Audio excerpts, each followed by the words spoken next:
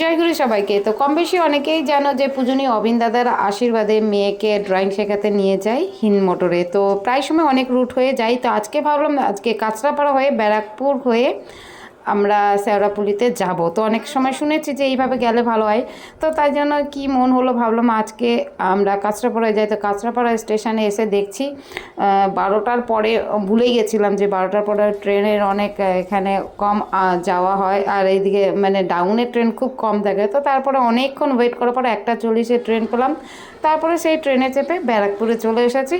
আর শুনেছি যে ব্যারাকপুরে বাইরে ট্রেন অটো থেকেই শেওড়াফুলিতে যাওয়া যায়। তো এখানে অটো স্ট্যান্ডে জিজ্ঞাসা করে তারপরে শেওড়াফুলি যাওয়া মানে শেওড়াফুলি ঘাটে যাওয়ার অটো পেয়ে গেছি। আর জিজ্ঞাসা করে নিয়েছিলাম কতক্ষণ টাইম লাগবে, বলেছিল 15 মিনিট লাগবে। তো এখানে আমরা একটু রাস্তা চারিদিকটা দেখাচ্ছিলাম, আর অনেকটা আমাদের এখানে যে কাপার দিকে যে রাস্তাগুলো, তো অনেকটা ওই রকমই লাগছিল, খুব ভালো লাগছিল। তো একটু তাই জন্য ভিডিও করছিলাম। আর চারিদিকে রাস্তাগুলো সত্যিকারই ভালো লাগছিল। ব্যারাকপুরে জানি না আর কোনোদিনও এদিক দিয়ে আসবো নাকি, কারণ অনেক সময় আমার মনে হয়েছে যে যে এইদিকে অনেকটাই টাইম লেগে যাচ্ছিল।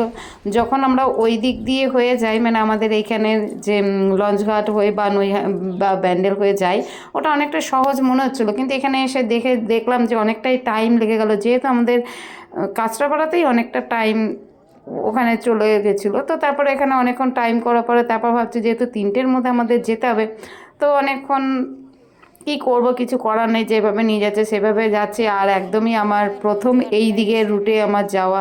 তো গঙ্গার একটু চারিদিকটা দেখছিলাম যে ঘাটটা তো পার হচ্ছিলাম, তারপরে একটু গঙ্গাটা দেখছিলাম, অনেকটাই ছোট লাগছিল, যেহেতু যেখানে আমরা যে বাঁশবেড়িয়া ঘাটে যাই আমাদের এই কাঁচরাপাড়া থেকে, তো অনেকটাই নদীটা অনেকটাই চওড়া লাগে, তো অনেকটাও টাইম লাগে। কিন্তু এখানে এসে দেখলাম অনেকটাই অল্প টাইমের মধ্যেই পৌঁছে গেলাম, ওই পার থেকে এই পারে চলে আসলাম। তারপরে ভাবলাম যে কিভাবে যাব শেওড়াফুলিতে। তো তারপরে এখান থেকে স্টেশনটা কতটা, বাইরে বেরিয়ে এসে অনেকটা জিজ্ঞাসা করতে করতে তারপরে স্টেশনের দিকে চলে আসলাম। আর জিজ্ঞাসাও করলাম কিভাবে আমরা কোন লাইনটাতে ট্রেনটা যাবে। তো অনেকক্ষণ এদিক ওদিক এদেরকে জিজ্ঞাসা করার পরে ট্রেনেরও ওয়েট করলাম।